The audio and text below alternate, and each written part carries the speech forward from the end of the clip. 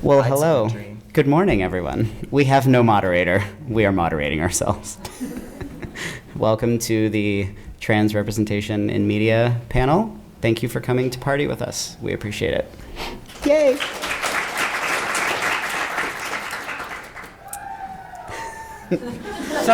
We have no moderator. Maybe we should introduce ourselves. Yes, please. Do you want to start at the end? Oh, thanks. So come on in. It's all good. We've just started. Ash, we love you. Come in. Love your shirt, by the way. So, obviously the one that's been doing a lot of chit-chatting beforehand. I'm Abby Allen, actor, performer, stage combatant, as I said, improv, artist. There's a whole bunch of things out there. I'm on Facebook. I am on Instagram, as well as let's see if I can get this right, IDMB. No, dang it. IMDb. And obviously it sounds like I'm a little dyslexic, and I'm not really. But other than that, I am trans, and actually been doing things behind the scenes as well as in front of the scenes, with the camera, behind the cameras, tech, choreographer, all sorts of wonderful things. And on to Reese. I'm Reese Mosley. I am from Madison, Wisconsin, but originally born in Arizona, so Vegas is like being home. And I really, really like when it's warm. I am an actor, dancer, choreographer. I mostly work in theater, but I've done some film as well. Thanks. I'm John. Hello. I am a second grade teacher, and also, thank you. That's right, you have kids, yes, so you get it. Sure. Respect. But I also run a fem/convention called TGIFF. Come hang out with us at our booth, and then come to our con. I identify as F to M or transmasculine, and have for 20 years. I've been in fandom since 2002, and now I'm here. Hello, I'm Delia Danae Rodden. I'm an out transgender woman living in Los Angeles. I have a beautiful wife and 3 children. I'm an actress, model, performance artist. I do everything from avant-garde all the way down. I'm a professional breakdancer, professional DJ. I have a whole slew of talents that I perform that's mostly pointless, but sometimes beautiful. So I perform in circuses as well. I'm a self-proclaimed content creator. I've written several articles. I've post a lot and create a lot and submit and hide in the internet for little people with odd senses of humor to find. That's me. I feel seriously underqualified at this moment, but we're here to have a good time. So yes, thank you to all of you for being here. I can only speak for myself personally, but throwing this out to the other panels here, I'm hoping that it won't just be us talking, but that we'll also have a lot of audience conversation. Agreed. Today. Feel free to chime in at any point. Yeah, I love the audience. Let's make this a group effort. Yay. So starting off, we're very prepared and not at all tired. All right, so obviously, if we go off of what we talked about last year off the panels and things that are happening behind the scenes with trans representation in multimedia, defining multimedia for me personally is not just TV, podcast, or videos. For me, it includes books, it includes comics, it includes cartoons, Steven Universe, yay! Sorry, a little bias. So these are things that, like, right off the top of my head, that I think include multimedia. One of the things we've had that I've seen recently, TV series-wise, there is actually a female transgender actress who has taken on a cis role in... They don't know. I'm dying. Hi! That's my beautiful wife and one of my children. See, I told you I wasn't lying. Hi! So she has taken on a lead role in a supporting role in CSI. So if you haven't found out who that is, keep an eye out for her. So the reason why I bring that up, in my opinion, is that in trans representation in multimedia, my point is, yes, be loud, be proud who you are, but don't pigeonhole yourself because everybody else is going to do that for you. So go out there, be brave. Supportive is the key. Orange is the New Black. You've had trans actresses in there. Yeah? And so you've got all that going for you. But the whole thing with the actresses, they also have to be a good actress or a good actor. Okay? You can't do a show and be very blah. You have to live the part. You have to be able to do the part. And so I think if we delve into some of the shows that we've seen and support here and get feedback from the audience, one of the things I found out yesterday here at the convention was Carmilla. I'd never heard of Carmilla up until yesterday. So last night I binged for a couple of hours and I'm up to episode 30. So it's just now really getting interesting. Your feedback on that? I like Carmilla? that show. That's good. I binged watched that as well. That was. Did you watch it last night? Oh no, I watched it. The first season when it came out, I watched it, and then I think the second season I was actually able to binge, and then by third season, I think I made my fiance start over at the beginning, and we went through the whole thing, and then we bought the movie because, duh. And Caitlin Alexander is wonderful for non-binary representation on that, and wonderful actor and content creator. I followed them through other projects that they've worked on. And what other projects have they worked on? Couple-ish. I enjoyed that. That has some Carmilla ties into it as well. There's something else I was watching with them. I think it was just their YouTube channel. Audience, help us out. What's I don't know. what's All right, Caitlin's so, other project? Because there's another one. I can't. Remember. It's not enough sleep. That's the problem. It's there. Someone will Google convention it. and lack of sleep, you think that would go hand in hand, right? So so there is that one. I also, like I said last year, finally started watching Winona Earp myself. Yes. Got pretty much caught up on that with the exception of this new season. I haven't caught up on that. We'll talk later.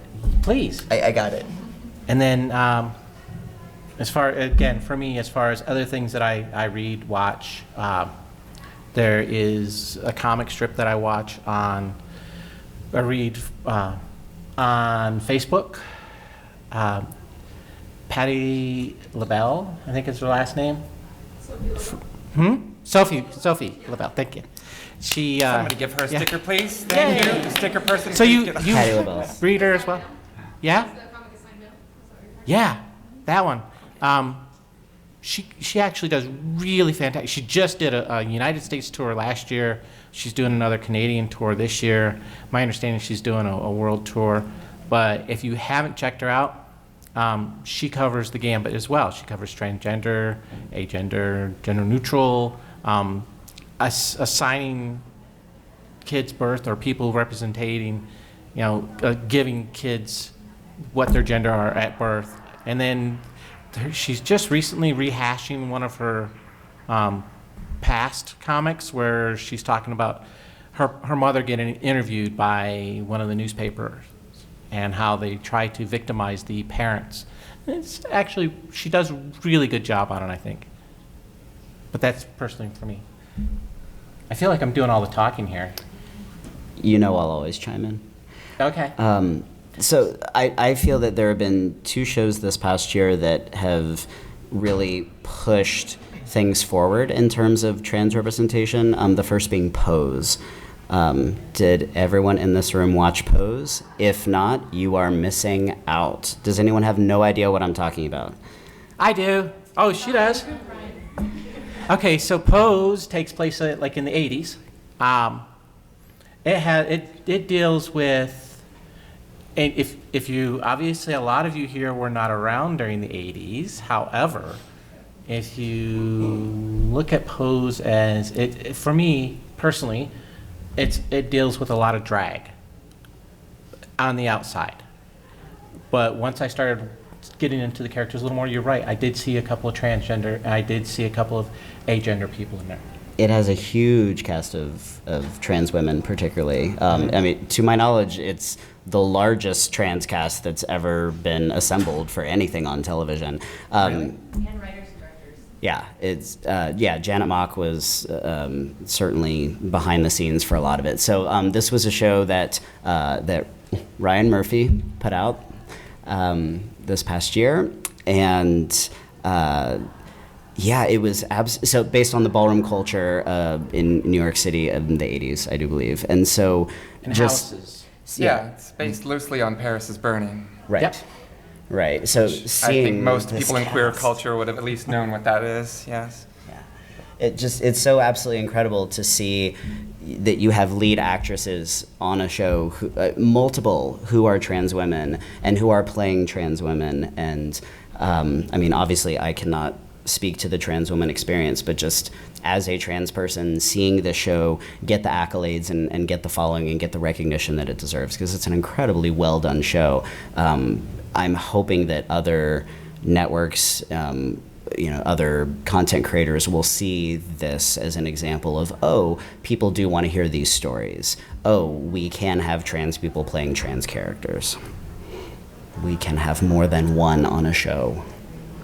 So you said it has a title, is that what you said? That it has the largest cast of trans people? That's my understanding. If I was I'm part of if the I'm series wrong, finale please of, someone correct of me. Transparent, and it was one beefy cast. So yeah, that'd be interesting. I'd like to see the stats on that. Yeah, or at least as like the I wouldn't main doubt it. I wouldn't doubt troupe. it.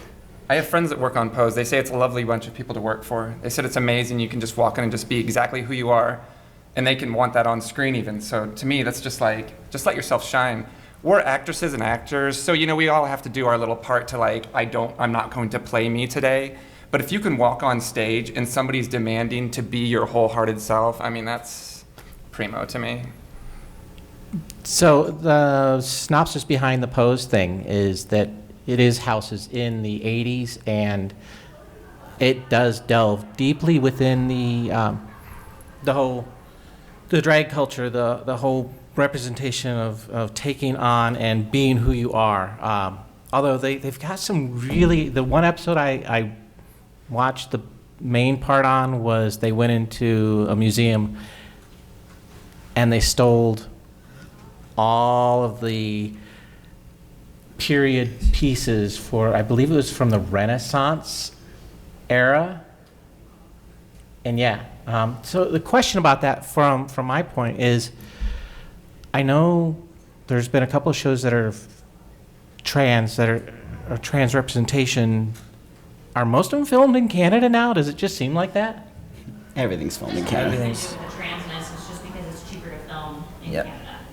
Perfect, thank you. I was curious about that because I know I've worked on some things in LA as well that are trans. I want to And- work in Canada. I would love to work in Canada, honestly. I love Canada. Justin's amazing. He's so dreamy. Well, and so for those of you who have seen Pose, I would just put out the question, to anyone in the room: did you feel happy with that representation? Did you feel like it was positive representation for our community? Did you feel like it was pushing things forward?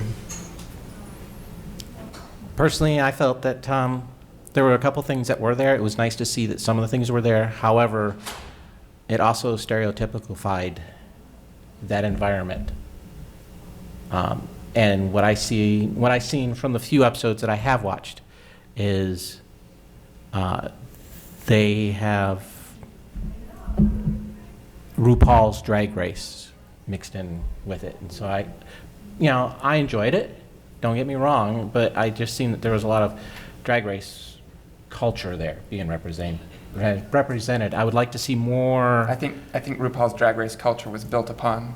Oh yeah, Paris is I Burning, totally just agree. Historically, accurate. I totally agree. And so they, in my opinion, I think they have an uphill battle trying to break the characters out of that.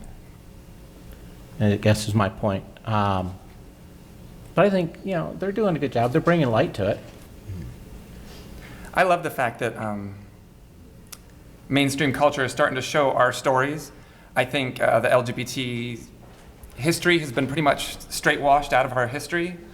Things that we should all know about, our people don't know every day. I mean, people don't know who Candy Darling is. How do you not know who Candy Darling is? Because she was just an epic star back in the 60s and 70s.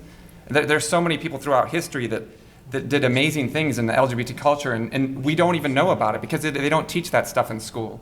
So the fact that there's shows like Pose, shows like Drunk History are doing episodes on Edith Windsor and the Stonewall riots, where these normal straight people are going to actually watch it and just get educated, I think it's amazing. So I'm all for it. I love the fact that there's been so many things lately that actually show our true history, whether it be transparent in the second season when they talked about Dr. Mathis, that's his name, right? From Germany, that had the first LGBT Transgender Institute. And of course it was just portrayed through the movie, but that's really what happened. If you looked it up, that's our real history, and that's that's everything to me. I'm so glad that right now we live in a time where we can start to teach ourselves and our children about what actually happened, because it's been an uphill battle since the beginning. I just got moved. Sorry about that. By all that. No, it's good and it's important. I mean, I have been openly trans and openly queer for 20 years, and there's still so much history that I don't even know about. And just hearing you talk about that reminds me that I need to do my research. Well, I'm not trying to show my age, but come on, let's get real. If you grew up in the 80s and 90s, what did you have? You had Priscilla, Queen of the Desert. You had Anything Divine was in. Help me, what else? There wasn't much. Tu Wong Fu. Yeah. Yeah. And that's pretty much if I wanted anything that had to do, or the Rocky Horror Picture Show, how the hell could I forget that one? And I'm guilty, yes, I used to go all the time. And and it was just that was it. It's and there was nowhere else to achieve that, especially when you're underage. You can't go to the clubs, you can't go see the drag shows, you can't do all this. So it was you were completely locked out of any kind of information to any degree. So now when you can turn on shows and actually learn about our history, that's solid. And it's being played by people within our own community. I love it. Yeah. You had a question? You touched on something that I think is really important, is that we aren't getting the media coverage, because the whole Marvel getting a bunch of media over considering a gay superhero versus DC that has two trans on both ends superheroes already. So is there, what do you think we could do to improve the media coverage of those shows that are represented? I don't know, but if you pitch it to a director, I'll play that role for you. So I also know that DC Legends of Tomorrow does have quite a few characters on there, as well as the DC Universe themselves. They have been really moving forward in not just trans, but across the board, LGBTQ. They've always moved forward. They seem to always be a little more forward than, in my opinion, than Marvel does. Marvel has had some superheroes that were in the LGBT, but then they kind of just fade away, or something tragic happens to them. And it was touched on yesterday for a panel that's one representation that we always hate to see, is the LGBTQ person or character in a show seems to always die tragically, rather than being portrayed as somebody that's there working, somebody that's there that's part of the general life. Well, not just that, just play the heroine. You never see the transgender person swooping and, I'm here to save the day, and everybody's just yay, thank goodness there's trans people everywhere. Isn't there, actually unfortunately there were some gay superheroes that were made fun of in Saturday Night Live. But that was in the 90s. I don't know if you guys remember those, but we'll stay away from those and continue moving forward. My understanding is that Supergirl is moving forward, and the problem I see with DC Legends is on a hidden network and not so well exposed. So it'd be great if you could bring it up to, even though the major three seems to be fading away, because we've got so many more that are gaining ground for content for everybody to watch, and with the web, I think it's a great chance to move forward, to continue to promote. So DC's Legends of Tomorrow is on the CW network as well as on Netflix. Supergirl, CW. Do we see a trend here with CW? You'll find that CW has quite a few. If you haven't checked out CW network, they actually do promote a lot of LGBT representation.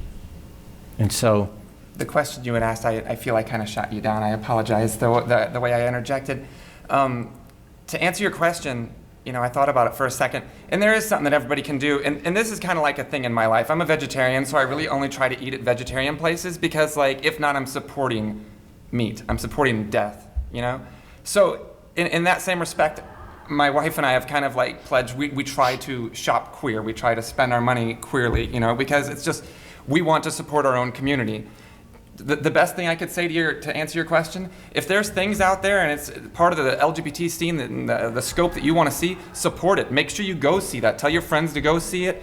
Get 10 things of popcorn while you're there, so that way those numbers boost, so that other people from the other companies are looking to just be like, if I'd have done that, that's where the ticket is. So, if you're asking about an individual, what can an individual do?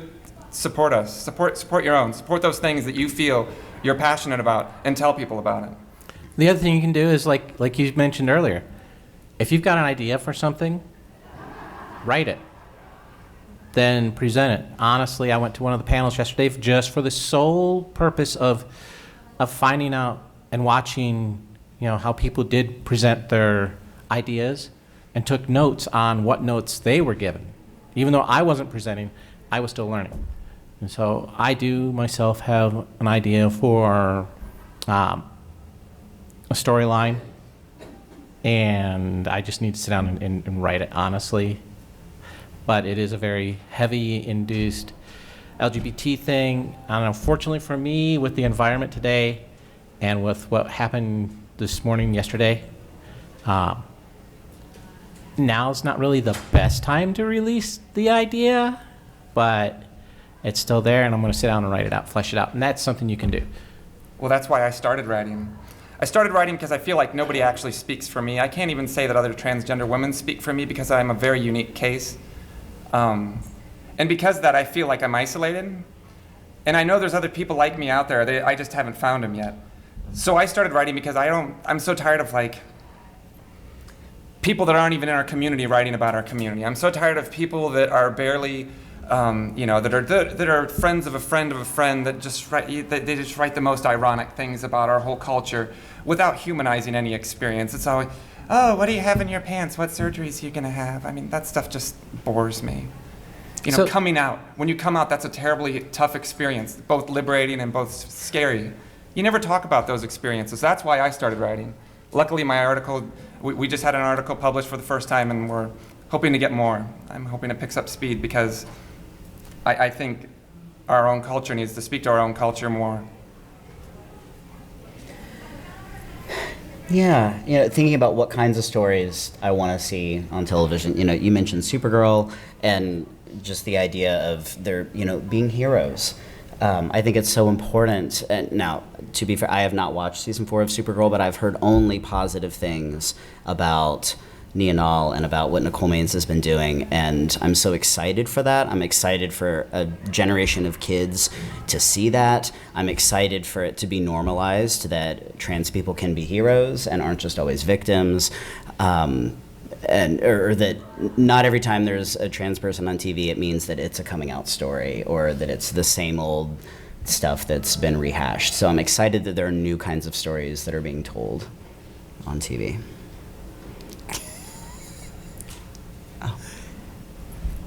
Who was first? Mine here first. I just was wondering, I came in a little bit late, if you guys talked about Titans with the new... Not yet. I was going to get there. Yeah, okay. Thank you for bringing it up. And then yours?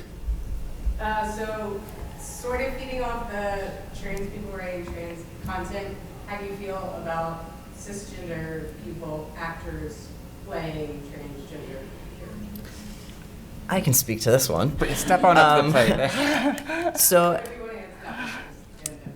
before I came out as trans, I was actually playing trans characters as a cisgendered female. And the first one, I played a teen because I still look 16, and 5 years ago I looked 12, and it worked somehow. That's when I was like, I don't think she works for me. I'll try genderqueer. I'll try that out, see, maybe that works better. And I played another character that was trans, this time an actual adult, which that was my first time playing an adult, and that was crazy too. But I was playing a trans man who had cancer. Through that experience, talking to the writer, we found out that it was based on a true story, and the person himself, he never talked about what his cancer was, but it was ovarian cancer. So even through the course of the scene, he's not talking about it because it's still a part of his body that he doesn't necessarily like. But doing that, I found out that somebody could love me. My scene partner was just open, and her love for her character and my character, and also, she loved who I am. That allowed me to open up and be like, yeah, I'm trans. This works for me. So sometimes that kind of can open a door for the individual who's acting in it. Also, depending on the story, I mean, I couldn't play that teen who was coming out. That's not going to be a story that works for me anymore. Physically, I am medically transitioning, so there's not going to necessarily always be a scene where I could wear a binder and have it look how it looks when you're wearing a binder and you haven't had top surgery. So in situations, I mean, there are prosthetics. Things can be done, but I think there's sometimes where it can be necessary, but more trans actors in anything that's awesome regardless.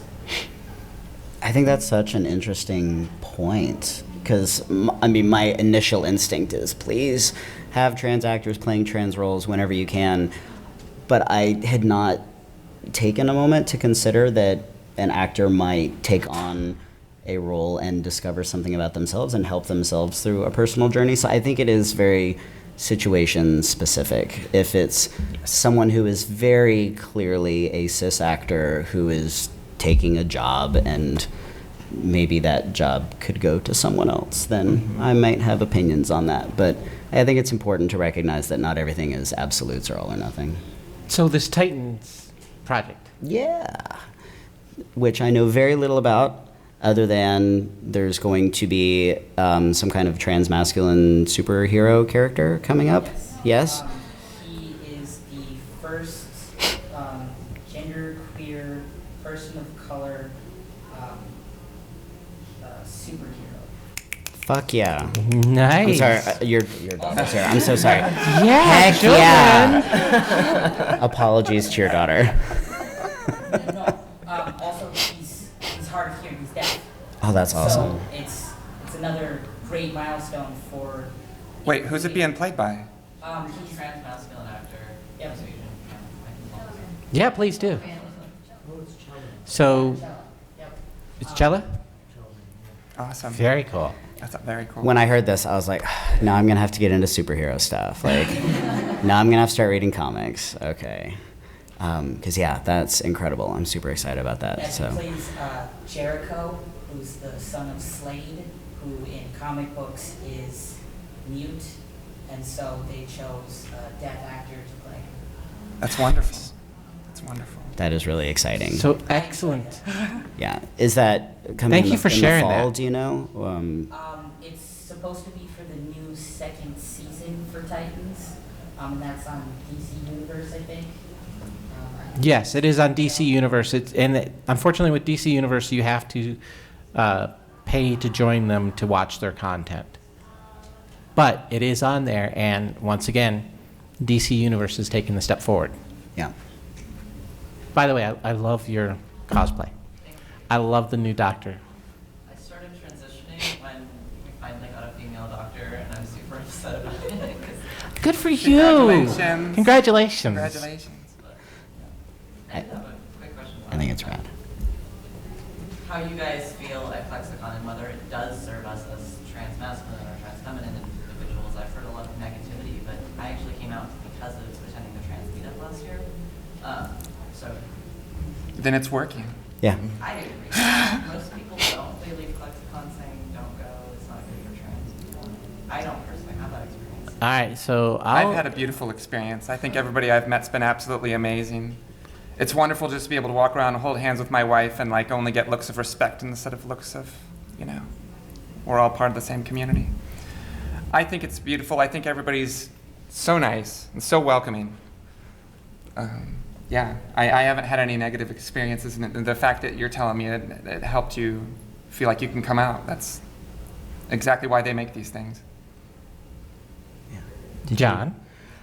I've had nothing but positive experiences. I mean, I have my own hang-ups with, you know, like walking around here like an old bald dude and people being like, what the hell is that guy doing here? But it's like, no, I promise, I'm one of you. Please love me. But yeah, I mean, if anyone has had some kind of negative reaction to someone like me walking around here, they've kept it to themselves. I've had nothing but positive experiences here. I've felt honored to speak on panels the last 2 years. I mean, that is personally validating, like that, you know, ClexaCon is saying my voice has value and the things that I have to say are valuable. Thank you for coming to hear them. So yeah, I've had a great experience here. Reese? I did not last year. I had a very hard time. I had not started transitioning medically, and I would go sit in my red chairs every morning and listen to people talk about how to clock someone who's trans. And I'm sitting right in front of them, and I'm like, you literally have no idea what. But, you know, I was like, great, I'm just gonna keep eating my bagel, and I don't know what I'm gonna do. I'm just gonna go away, I guess. I didn't want to come this year. I was not interested, and then I was like, you know, I felt underrepresented, and this is a queer fandom-based event. Like, I should feel welcome, and I'm an ally to the queer community. I'm an ally to cisgendered women, to trans women. I don't care. I'm an ally to you, like people in general. And I wanted to have more representation, so I reached out and asked if they wanted more speakers for panels, because yeah, I'm here. I want to be seen. I want to see everyone as well, and this year has been exponentially better. Good. I have not been misgendered to my knowledge, but like last year, it was nobody asked pronouns. It was just kind of like blanket statement. It's all about the lesbians. So even I know my friends who are bi or asexual or anything, they also felt excluded because it was the convention for lesbians. And honestly, that mentality I feel has changed. I don't know if more people spoke up and said, can you maybe tone that down or what, but this year I honestly, I feel a lot better, and I'm glad that I was able to come back and be part of what I hope is change. So I'm glad you came back. That, like, the progress has been so slow because like I'm like 42 now, so it was like when I was 21 and like dating somebody that was trans or whatever, and even like within the gay community, people were like really hateful about it. So it's like crazy to me that like I had children and then I got busy with other stuff and like kind of out of the loop. But so it's really hard for me to hear that there's still like so much negative energy going on. So I thought we would have progressed. There's always going to be haters. 20 years. There's always going to be haters. I love the story that you said because, like, you took your hate and you just said, "Screw you guys! I'm going to stand up and do this shit myself." Oh, so well, sorry. Sorry, emotional there. Sorry. So I love the look on her down. face too. Yeah. She just went. Okay. Sorry, Eva. Love you, honey. But yeah, you took that negative and you said, "I'm going to stand up and I'm going to make it positive for myself at least, and maybe other people will see it along the way. I'm going to do something about it." And that's what a lot of us have to do.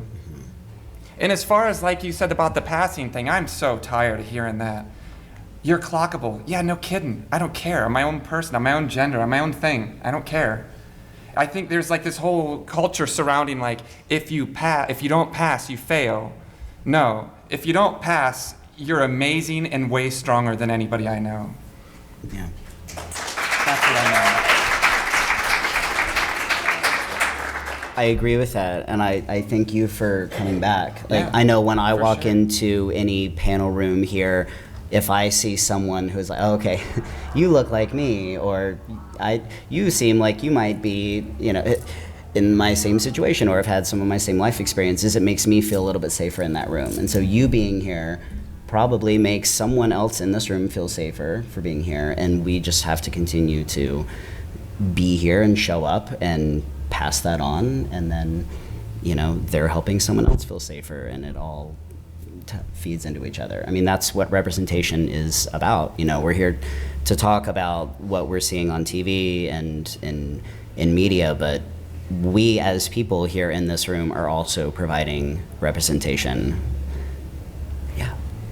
I may have a question regarding documentaries with transgender people, and I'm wondering if you all have an opinion about documentaries featuring the subject is transgender, assigned a different gender at birth, and do you have an opinion about showing before and after photos or discussing the process? I just would really love to hear from you how you feel about that being in documentaries. Do you have an opinion? I've been in a documentary that did exactly that. And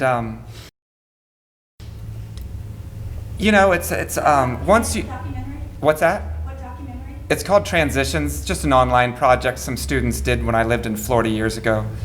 But I actually show my history. I actually show the two of us going to prom together the first time. And then we went to prom together again after we transitioned. So, and that's kind of what the documentary was following. And Did you have feedback from the trans community about that? yeah, everybody thought it was beautiful. Everybody has their own limits. I never speak my name. I don't want anybody to know my birth name. But other than that, I'm not ashamed of my pictures. I'm not ashamed of what I looked like or what I've done. I'm proud of everything that I've done and the distance I've traveled. And yeah, so I think it's wonderful. I enjoy when people put themselves out there, because when those documentaries, most of the time, just like I was saying earlier, they answer more questions than on March 30th you're going to have your your surgery. Instead, it talks about, look at me standing at a grocery store. This is looks I get. This is my everyday. This is me trying to get a job and not getting it because I look or feel this way. And so I feel some documentaries really show the human experience that we go through, which you don't often see every day, especially in movies when we're just playing victims.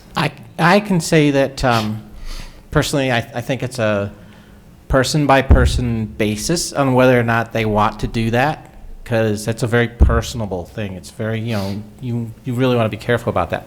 Now, saying that, last year, I did a movie for a student film, and one of the things they wanted to do was to have the person that was playing the transgender part, and she specifically wrote the transgender part in there.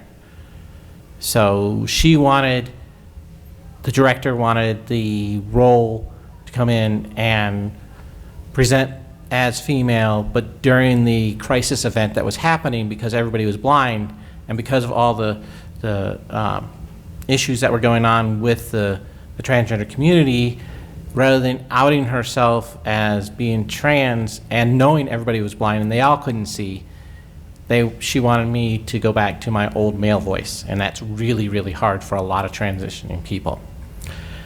Then I've recently also done another role where it's called The Old ID. It's another student film, but this is at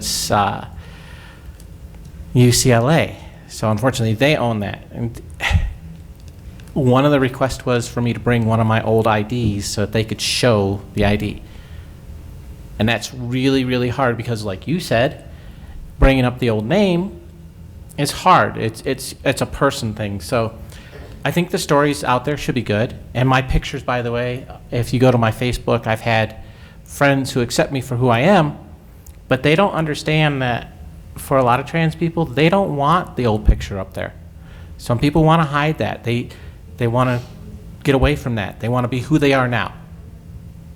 And I think that's great that they want to be who they are now, but for a person-to-person-to-person basis, it's really up to them. Me, I can appreciate the person who got me where I am now. Okay? Never forget that person. Yeah, I think your question has a few components to it. Of course, there's who's the individual subject and what are their personal preferences, as has been mentioned. I think there is who is telling the story, right? Who is it that's actually making this documentary and what's their angle? And third, what story are they trying to tell? You know, is it exploitative? Is it, oh my God, this girl is now a boy, holy crap, you know, and it's meant to be like this shock value thing that's not coming from a place of respect. Are they going to be misnaming someone? Are they going to be misgendering someone? Are they going to be focusing on the questions that we don't necessarily want to be the focus? Are they going to be focused just on surgery things? Or are they going to focus on the fact that we are real people who have lives, and you know, we go to school and we go to the grocery store and we have jobs and we're regular people? So I think it's going to be a really project to project and person to person dependent thing. And I'm a documentary filmmaker, and I'm working on my second documentary. Just so happens, I mean, I always cover people, and you know, that's what moves me, and that's why I tell the story I tell. And so when I did this other documentary, it's always, all my stuff is all LGBTQ related. And I don't know if any of you ever saw Stand Corrected, Jennifer Lydon's story, but we got a little backlash because it's really about her. She's a virtuoso of the upright bass. She's the most amazing jazz musician you'll ever meet. And that was the story. She happened to transition while she was touring with Doc Sevitz and his band. So we covered, just because she had complications in her surgery, that's why we addressed it. But some of the trans community, we had a little bit of backlash, not completely, because it was Jennifer. I honor her. You know, I always honor my subject. This is your story, and I'm going to honor you. But some of the trans community was a little upset. So now that I'm tackling another incredible human being in the world who happens to be trans, you know, I'm concerned because you know, yeah, I'm queer, but I'm not trans, so I want to be able to tell a story that resonates with everybody, including the community of which the subject belongs. You know what I'm saying? Although she has a lesbian, so she doesn't want to carry the tea with her whole life. She's a woman. Okay, so I think one of the things you're always going to run into as a performer or a writer or a director is you're always going to have a hater out there. Okay?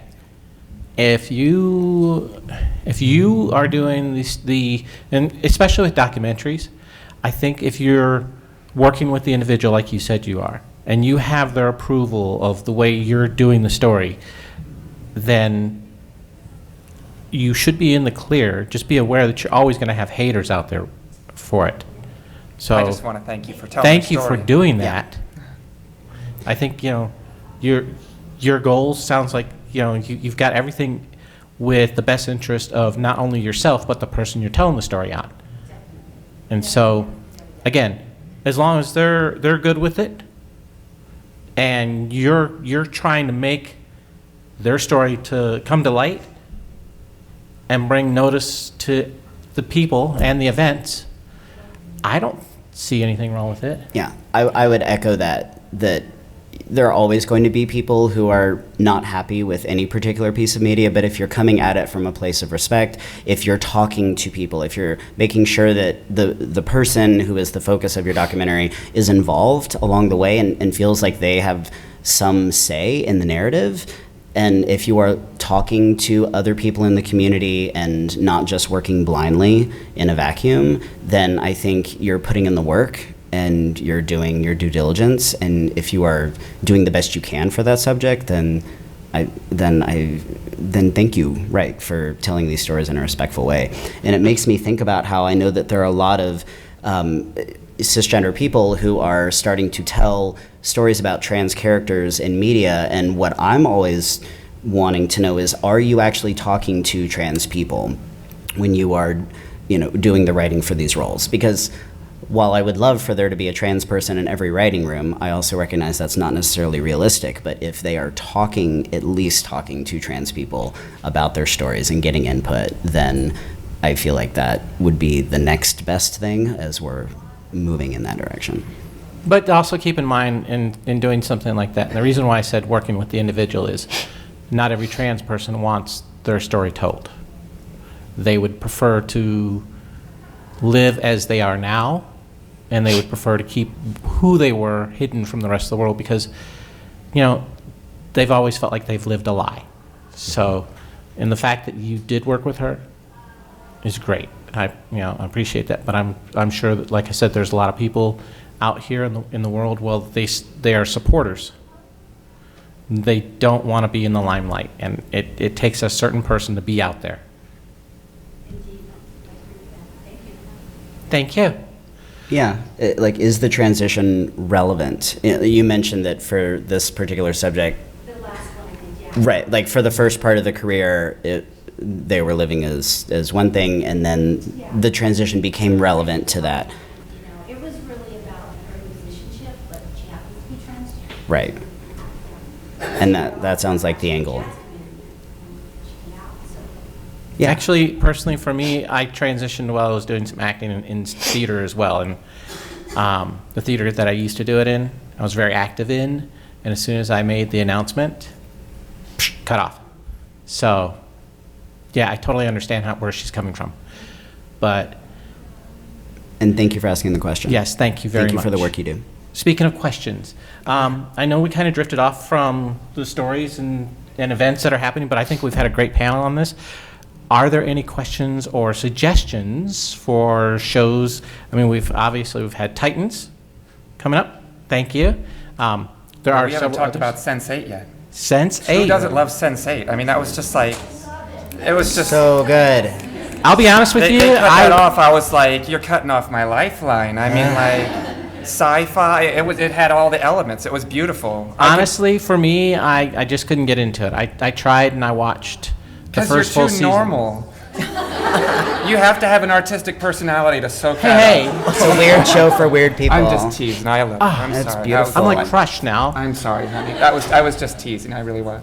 One thing that made me so happy about Sense8 was that key relationship, that Nominator relationship, like it was part of the heart of the show, and that relationship, carried through from the beginning to end. And how often do you see where it's like the trans person who has the big romance in the show? Yeah. Like you never. And they were saving the day. Yeah. Here, you got to do something. It's like, I saved it, and it's like, yay, and across the planet. Yeah, it was amazing. She's so good. I loved it. Also, quick shout out to Grey's Anatomy. Right now, they have a small recurring trans male character, and he's not around very often, but when he is, like, it's cool and it's chill. And he did come out in, it may not have been his very first episode. It was a while back. I can't remember, but like he doesn't exist just to be a trans person. Like he's a doctor there like anyone else. Yeah, Moog. They also like threw in like a non-binary person like as a patient. Yes. Had to explain pronouns to Richard. Yes. Oh, So that's it was just wonderful. like 2 weeks ago. Yes. So they had a non-binary patient, someone who I assume was assigned female at birth. I mean, someone who would fit in here in this room, and it's like, one of us. And yeah, they use they, them pronouns. And so Richard Weber, who's, the resident old guy, he's, that's a plural, I can't get used to this, grr, just so they can have the conversation. And by the end of the episode, he's on board. And it was really cool that they did that. And we need to normalize those kinds of conversations and see more people who look like that patient on television, because we don't get enough people who look like that on television. The nice thing about that, though, is, and this is the difficult part for any TV show, movie, whatever, you always have to have a good guy and you always have to have a bad guy. So in this case, obviously the older guy was the bad guy because he wasn't willing to accept. Yes? The new season of Sabrina. Oh yeah, I heard about that. Yeah. I don't know Super if this- dark show. I don't know Fun. anything about a Sabrina. What's this about? Showing Adventures of Sabrina on On Netflix. Netflix. Oh yeah? One of Sabrina's friends transitioning. That's awesome. Yeah, I know nothing about that. I'll have to look that up. Netflix, you said? Okay, if you remember the old Sabrina from like the 60s, 70s, nothing like it. They share the name, that's it. Yeah. It's the producers that do Riverdale, so it's darker. Yeah. Ooh. Yeah. Yes. Like Thank you. I'll have to Satan look that up. The actor is Ginger. Oh, great. Yep. Excellent. Yay. So And- once again, networks that are out there up and coming, stepping over the old three. That's great. And another quick shout out for anyone who did not see the web series premiere or videos last night. Biffle, B-I-F-L, So good. is outstanding, was and really good. the lead character in that is a non-binary character named Sarah. I will try, yeah. The actress is not non-binary, but is awesome and is here this weekend. So yeah, super excited about Biffle. Woohoo! Yes. Maybe also like one day at a time did an episode. Mhm. Kind of talks about trends. Mm-hmm. Yep. That was pretty cool. I mean, Sheridan's here, but Right. I don't think she's non-binary, but she Not to my knowledge. brought attention to, and they actually like talked about other pronouns like Ziza and Zer, that kind of stuff. Right. So again, just like on the Grey's Anatomy episode, we're having a conversation about pronouns. We have someone who is non-binary, and so many people are learning about that through these episodes, and it's really important that those things are happening in mainstream TV. And No, one day at a time. One day at a time. Nice. Look at that. Nice. Nice. And that kind of leads me into a question that I wanted to put out into the room, which is like, what are we still not seeing that we want to see? So like, one of the things on my list is like, I want to see a black trans man on TV, because that is something that I have not seen. Is this Titans character? He's Asian. Okay. It's another. Which is also awesome. Still very important, but like, that's a final frontier that I know I will be super, super excited when I see that on my TV. I I think there was one in Queen Sugar. Oh, it's on my list. I haven't watched it. Like a friend from high school that was now a police officer, and it's just very casually mentioned. Excellent. Because someone's confused about how they ended up, like, I don't remember that person from high school, so it's because at that time they were, known by different. Awesome, thank you. I will definitely check that out. Yeah, like I'll move it up on my list. a shameless self-plug, but also insanely relevant to the conversation. If everyone knows who Jill and Faith Soloway are, they're throwing yes, thank you. I mean, they're absolutely amazing. They're hosting Believer Fest in a weekend or so in Las Vegas, and they're doing this with 50/50 by 2020, which basically is a push for Los Angeles and all jobs in general to have the otherized people be present in all times, whether that's trans or disabilities or people of color or trans people of color that are Jewish, non-binary. It's just, you know friends like that have the whole line, So, and I think it's absolutely amazing. I get to be part of that. I'm going to be boo-ganging for that. And so I'm very excited to help push the initiatives that are going to just do exactly what we're talking about here today, is get these people that don't have a voice and just put them on a platform and let them speak, because there's others out there and they need to hear them. Well, and also, you need to amplify the voices that are not. Like that. Yeah. There's if you are not raised to be vocal, whether that means you were raised female and the societal norms say you should be quiet and nice and all of those things. And if you are a person of color and society is continuing to oppress you, the folks that have the privilege need to be able to amplify that. Like, it's not seen, and why isn't it seen? Who is not doing their part to amplify other voices? And I just think that's important to get more representation. Take a step back so like somebody else has that chance. Like seeing a trans person of color. Why aren't you? Like, yeah, there are a few trans people you're seeing on TV, but getting more color on the screen, it's important to make sure those stories are told. They are just as important, if not more so. Absolutely. For sure. And not to take anything away from the trans women of color that we're seeing on TV, because that's so important. Mm-hmm.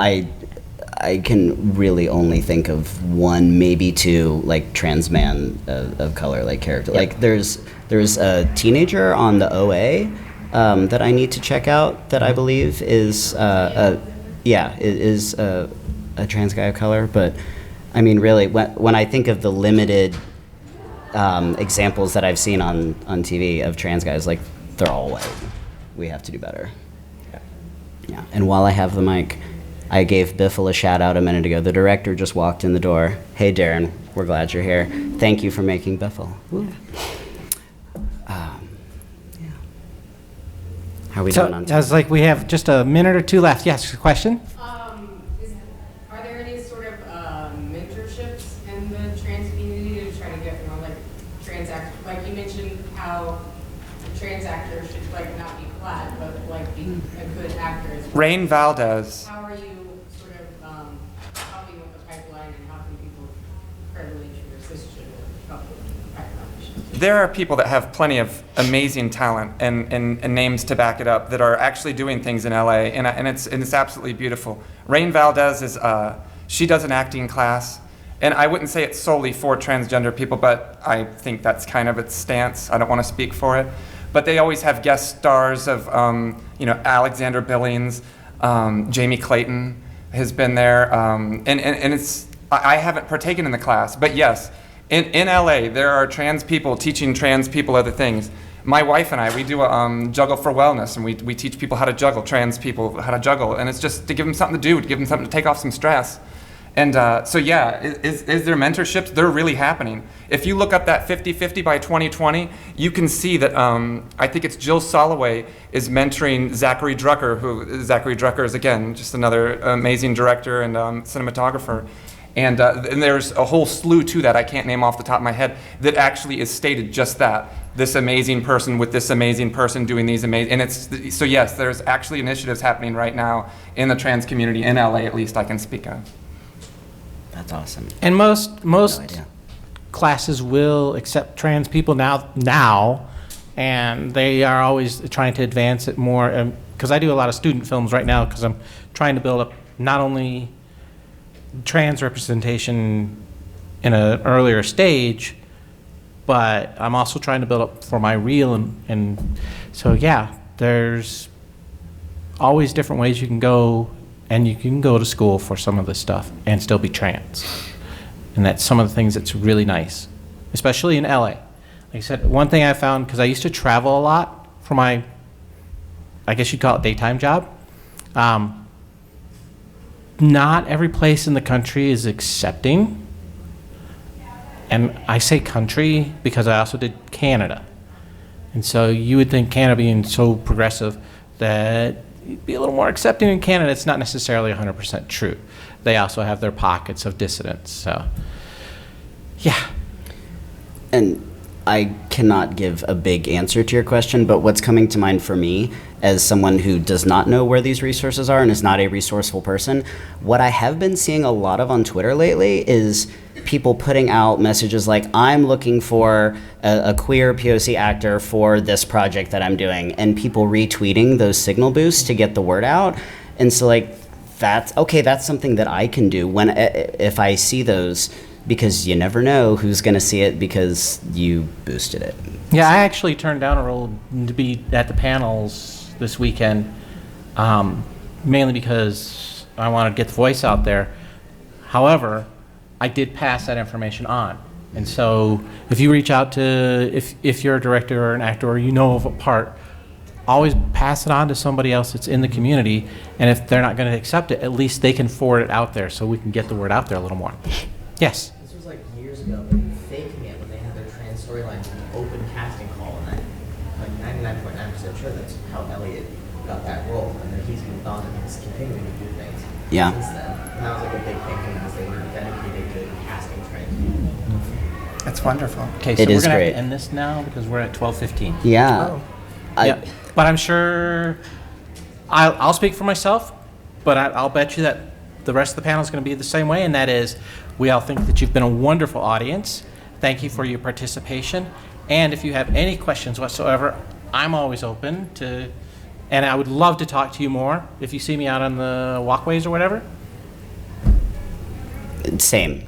I'm an open book. You can find me at TGIFF, TGIFM/. And also just to say, the fact that you are in this room right now says to me that you see value in trans stories and in trans people and in trans characters, and that you care about them and maybe you want to be a part in putting that forward. And I'm truly grateful to each of you for being here to be a part of our conversation today, because we know you could have been elsewhere. So thanks for being with us. Thank you.